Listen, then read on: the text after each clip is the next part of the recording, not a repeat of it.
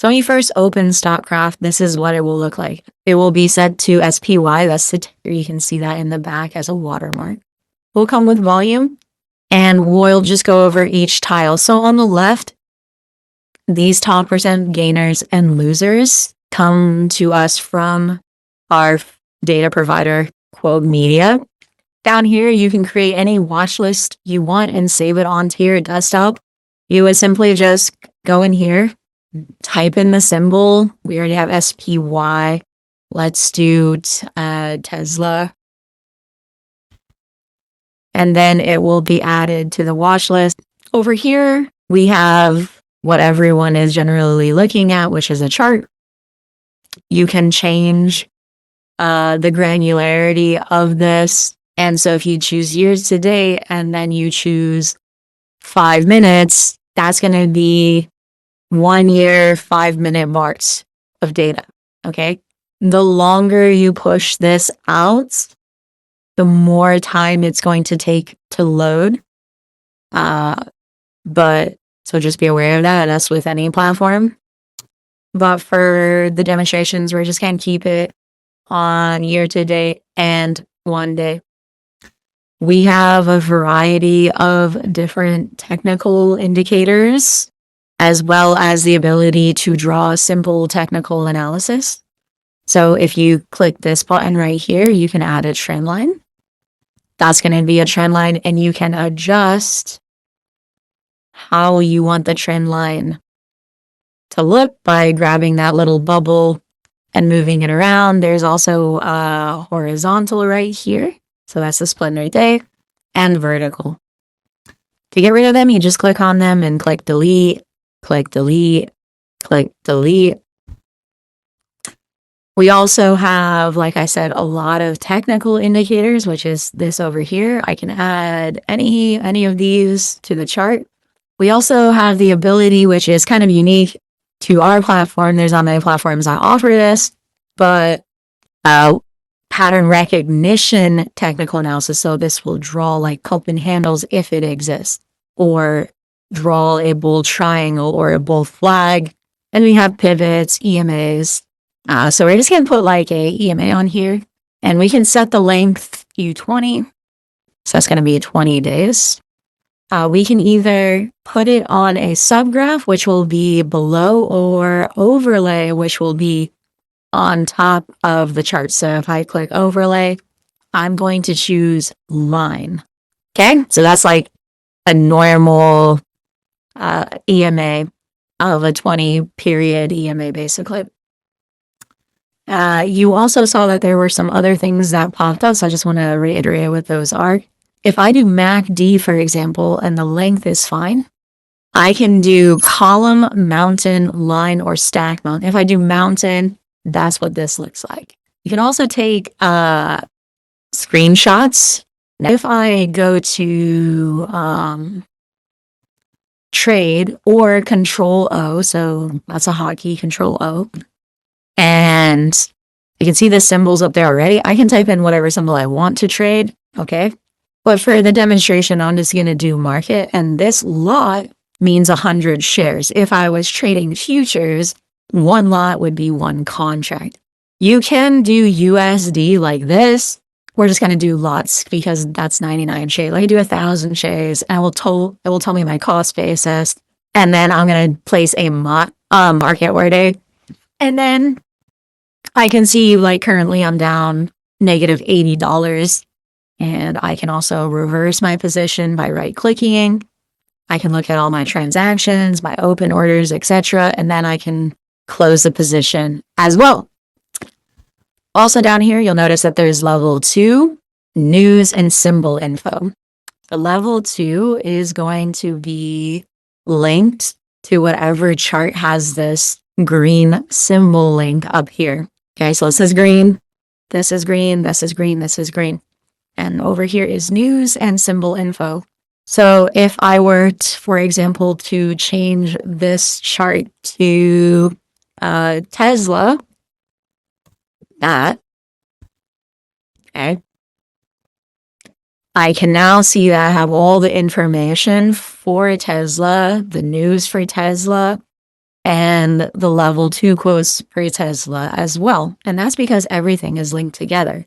But if I come over to this percent gainers and I do the SIG, I just double clicked, that is going to bring this up, and you can see there's no linking to that. So if I wanted to link these to this chart, I could simply choose blue and then change this to blue. How that symbol linking works. And you can open as many charts as you want. And this whole area that we're looking at is called a workspace. You can create multiple workspaces. Okay. So you could have multiple workspaces with multiple charts, whatever you want to do. Some people like this. Some people like to have each workspace defined with a certain symbol. So if you right click on the chart and you go to format data, you can change how the chart looks when the chart's opening up. These are hollow candles. Normally people are used to just normal candles. If you have a very, very special type of color you want and you know the number for that, you can type those in, or you can just select from these colors. Okay, and then click apply. And then you can see that they're not hollow candles anymore. They are normal colored candles. The other thing is that with this news feed, you see how it says symbol? That means that currently I am getting only Tesla news. If I wanted a feed of all the news, I could just click this button. And now this is all the news that you would see on CNBC or Reuters. It's just, flowing in all the time. Okay? The other thing that's built into StockCraft is this scanning. If you come up here and click scanning, you can customize whatever scanner you want within these exchanges. So if I were only interested in Amex stocks, I can click that. There's 268 symbols in Amex. And let's say I wanted to create a scanner that was like pre or post market. So what if the pre-market high was less than the close of yesterday on a daily bar? That's what that means. And I can click that and I can create a scanner. And when I scan for that, it's going to just pull all of the symbols from AMEX that meet that criteria. This is something that's very unique to StockCraft in the sense that you can create your own customizable scanners, and it has this pre-market, post-market scanner as well. So you can see the first 5-minute low.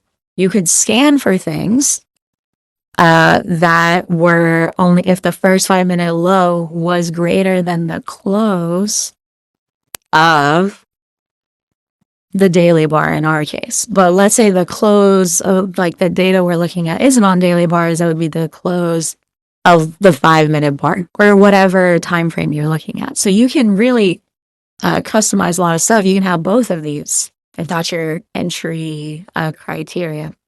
And there's all of these other things you can add as scanners, like time of day, day of week, whatever you want to do, and scan for whatever you want.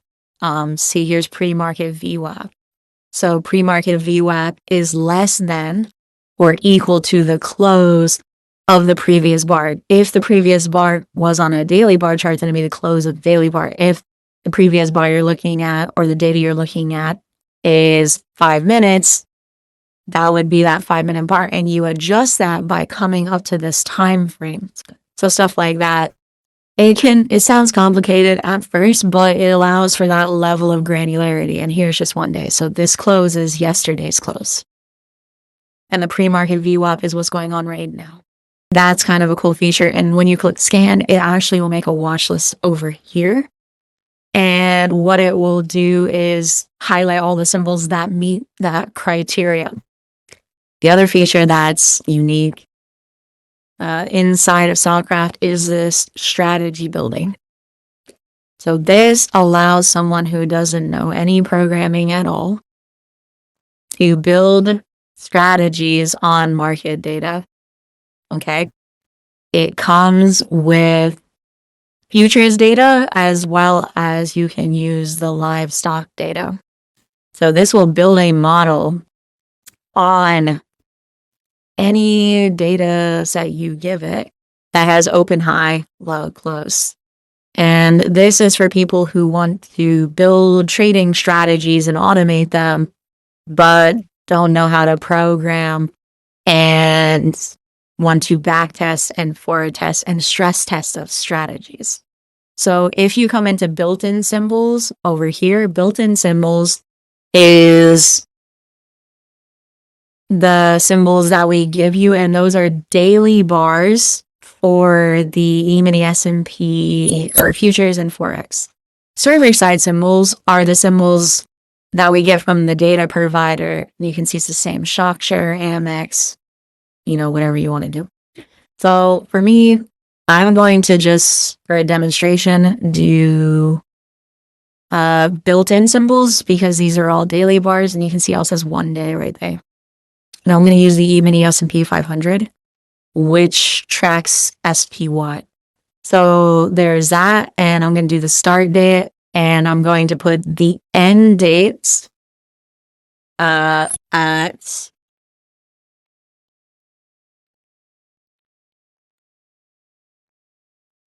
January 2020. So it's going to build a model between January 1st of 2000 all the way up to January 1st of 2020. And I'm going to look for long strategies. So going to do long, you can do short, long, rebalance, rebalance. I'm not going to go into that because that's more advanced stuff and it would take a little bit longer to explain. In the settings, I'm going to make sure how many rules I can have, which are 4, and exit rule is 1. Okay. I like to change this to 10, and where you see max rules per strategy, that's for regular simulation. Continuous simulation, I can have up to 10 rules. You're like, well, what are rules? These are the rules over here. It comes with, and we're just going to look at all legacy signals. So it comes with, and I'm going to click all entry rules, 3,975 entry signals. Okay, so the open is greater than EMA 3, 8 bars ago. All right.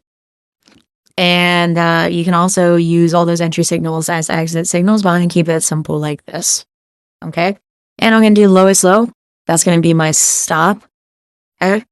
And my fitness function is going to be average trade fitness function guides the algorithm to build a system that has a high average trade. In this case, I'm going to do one. We're going to do 1 to 1 to 5 day holding period. And the reason it's days, again, is because I'm using one IES daily bar. So it's going to search for a holding time of 1 bar or 1 bar, 3 bars, 5 bars. Okay. That's what times 3 means.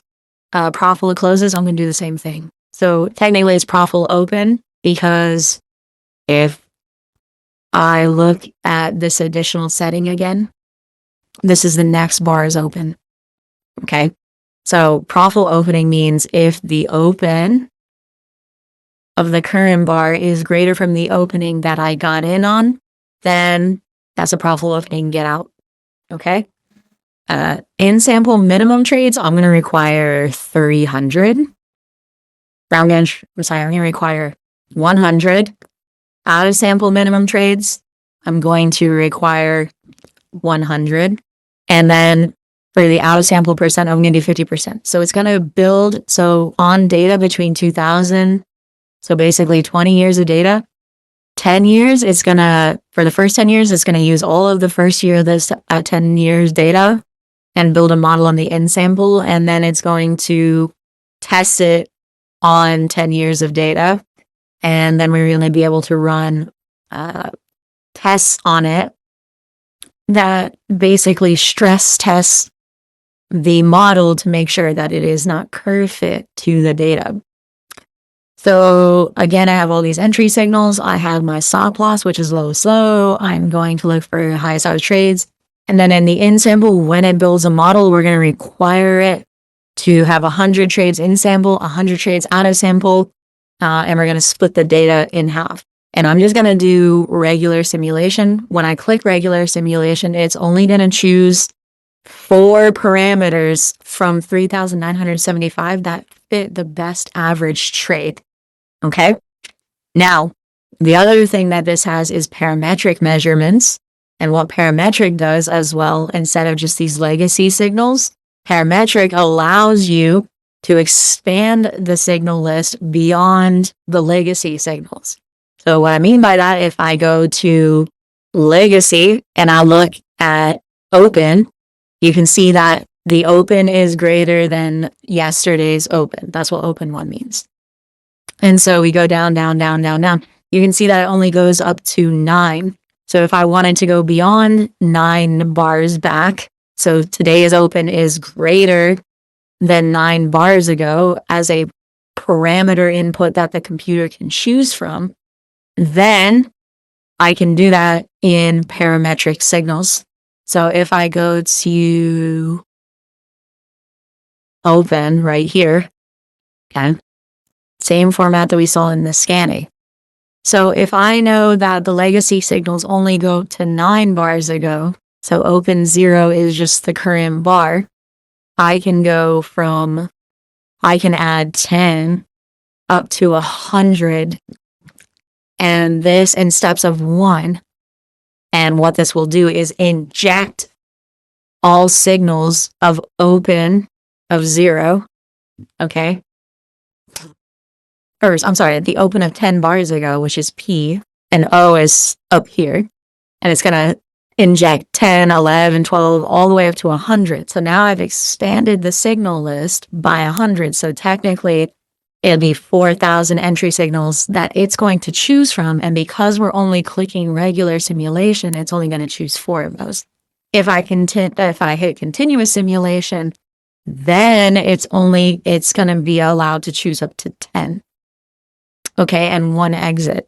I didn't choose any exit rules, but any of the parametric signals or the legacy signals that we have here, we can choose them as exit criteria. So instead of just having a hold time of X bars or lowest low stop out as a hold time, we can also use all of these signals and have the computer choose what would be the best exit signal based on the fitness function, which of course is average trade. That's very unique. There's nothing I know that allows you to do that, okay, when you're building a model. So I'm going to actually click continuous simulation. Like I said, it's going to allow me to choose up to 10. And this little window over here is going to pop up. And currently it's building about 200,000 strategies a second on daily bar data. So now I'm just going to click pause and I'm going to blow this up into a bigger screen. So these are all strategies. So this is in sample over here. This is out of sample. And this is all the in sample, out of sample data. Now remember, we withheld 2 years of data, and we do that simply to then take 2 years of data and test it on data that wasn't in the in sample of out of sample testing period, kind of like a blind study.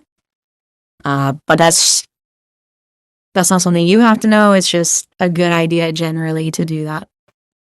So there are all of these signals, and I'm going to sort them by the best average trade. Okay, by just clicking on it or on each. Or I can do P&L to drawdown, which is generally my favorite. And then I can come over here and click on equity curve, and I can expand this out.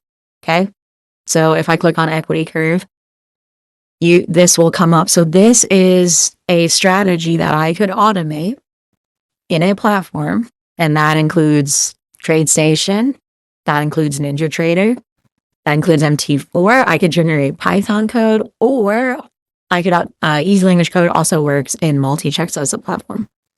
So this is all so this right here, this part of the equity curve, this was all in sample. That's where the model was built.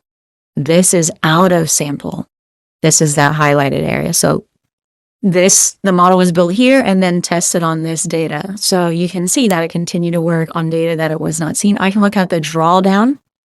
Okay, this is $10,000 mark. So most of the drawdown is like 7,500. This is long only, by the way. This is buy and hold. Okay, so buy and hold, you can see how's a lot of drawdown. That's 50,000 versus our strategy. We didn't even get to 10. Did we make $80,000 like the market? No, but we made $60,000, but our drawdown was much less. So that's how I would read something like that. I can look at metrics like this. When I click metrics, another window is going to pop up. And these are all stress tests, basically, that I can use to say, is my model that I built curve fit or not? Curve fit is something we don't want because we want the strategy to continue to work into the future. So these are all different stress test metrics. One metric I look at here is the E ratio. This means that when my signal is true, I have, you see how it's moving up like this in that direction. So when I buy at my signal, it is basically, I have edge for 5 bars because I'm on a daily roll. That's 5 days. And then after 5 days, the edge starts to wane. I can see that. Okay. And there's a whole bunch of different things you can look at. I don't want to really go into that, but just that's one thing I would look at. Monte Carlo bands. This tells you that in the next N trades, so in the next 150 trades, your equity curve should be between these bands. If it falls below, then that band, that means you probably should turn off your strategy. And then Monte Carlo analysis basically reshuffles all the trades in a different order 1,000 times and says, what would your equity curve look like if you were to reshuffle those trades? There's also a resample feature, so you're reshuffling and then sampling. Think of it as like picking an equity curve out of a hat and then putting that in a certain order. Because remember, our original equity curve is in blue right here, and your trades come in a very specific order to make that equity curve. And what Monte Carlo asks is that if your trades came in a different order, the issue, are you so profitable? And the answer is, for the most part, yeah. And then resampling does that same thing, but puts everything into a hat and then repicks. And then random, this random button here tests your exits only. So instead of having the lowest low or a hold time of 5 days, what if you were to choose random exits like we were talking about before, where you had different signal exits essentially? And you can see that if we did that, our strategy would actually be better. Okay. Variance. And the other thing about Monte Carlo analysis, this also tells a trader your best drawdown was 4,425. Your worst drawdown, so this is the original equity curve. So what we were looking at before, our worst drawdown was $19,212. The average drawdown was 9,306. And then when it does resample, where we reshuffle everything, right? So Monte Carlo is already a reshuffling of our entry, all of our entries. This is what's closer to the truth. And so what this tells the trader is, hey, yes, you have this strategy. You reshuffled your trades. Worst drawdown was 20,000. Your average drawdown was 9,000. And it was slightly better than the original equity curve. But this is closer to the truth because remember, the market is not going to come in the same order, right? No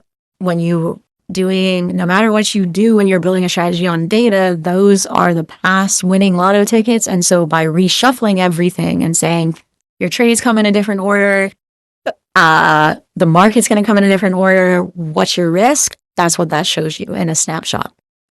So when you're looking at this and you're looking at strategy, you say, okay, this is probably closer to the truth of what's going to happen to me in the future. Variance test is the same idea. What this does is vary the percentage of the win rate of the strategy and lets you see what all of those different equity curves look like.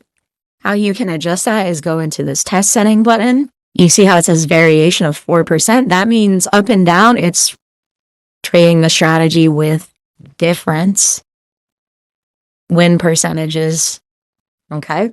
So, and it's doing that 1,000 times. You see this ruin count right there? That's set to 10,000. So when we click on variance test, we will see something called risk of ruin, which means if that's set to 10,000 and everything is reshuffled and we adjust the win percentage up and down at any random interval, how many times do we hit $10,000, which would be our risk of ruin? And you can see down here that 1,000 times, 296 times we hit 10,000. So that would be our ruin odds is 29%. So that would tell me that $10,000 is probably not enough to trade this strategy in terms of risk.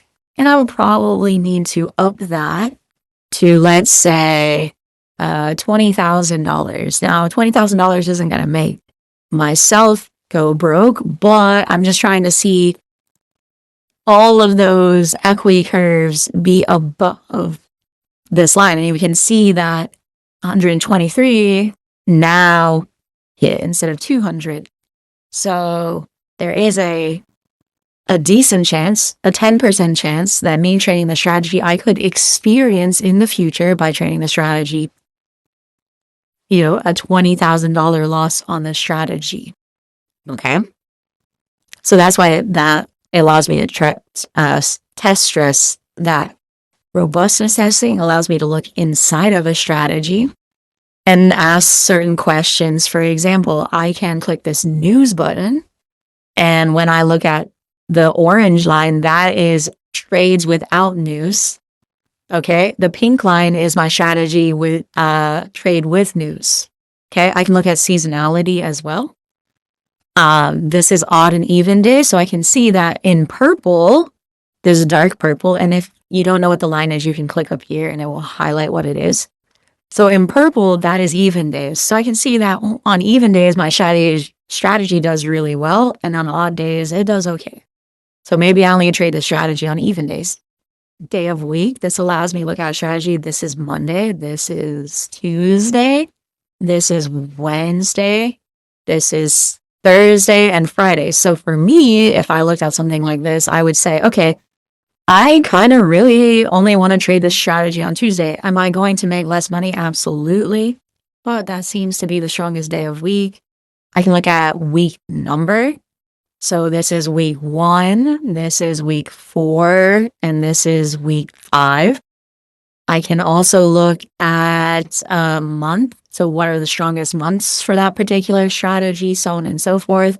Meta system, that's turning things, you win 2 times in a row and you turn off the system. So blue is original.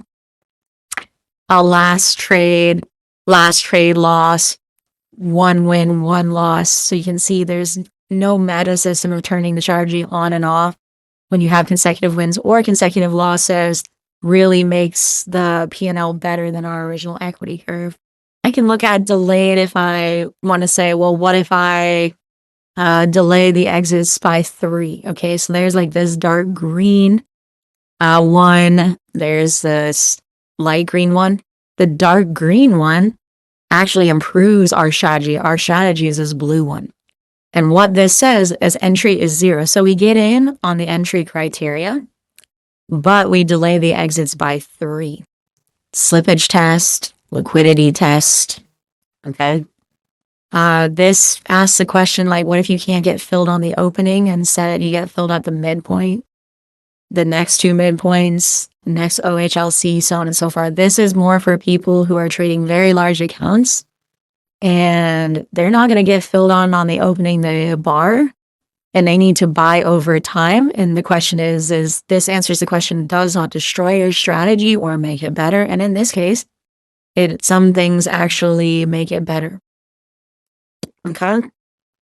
And then if you like that particular strategy, you can click this button and generate yellow code. This is easy language code. You could just copy and paste it into TradeStation, click the auto trade function in TradeStation, and now you can trade this strategy automatically. Same thing for a NinjaTrader, MT4. There you can do Python code or export it as a CSV. So that's kind of an overview of the strategy builder and what it can do. And that's inside of this platform as well. This is a very unique feature because essentially this is supposed to be a tool that allows a trader to trade, allows a trader to do what normal traders do, technical analysis, right? But also allows them to build strategies and test their ideas and hypotheses without knowing how it's programmed. And then if they find something, they can automatically trade it. Eventually, what we would like to do with this feature, of course, is if we found a broker that we could live trade, they could just select the strategy, put it into a portfolio, and trade it right on our platform. They wouldn't need to export the code and, put it in a different platform. That feature is something we would really like to build out. But again, we just released this. But that's kind of the future of that. And we also want to add some AI stuff on top of this platform as well. And just make it an overall tool that's really good for traders to do a lot of research on and test their ideas. Of course, the strategy building part for retail is difficult at first, but I don't think it's something that someone can't learn. So if you have any questions, let me know, and hopefully you guys enjoy the platform. Peace.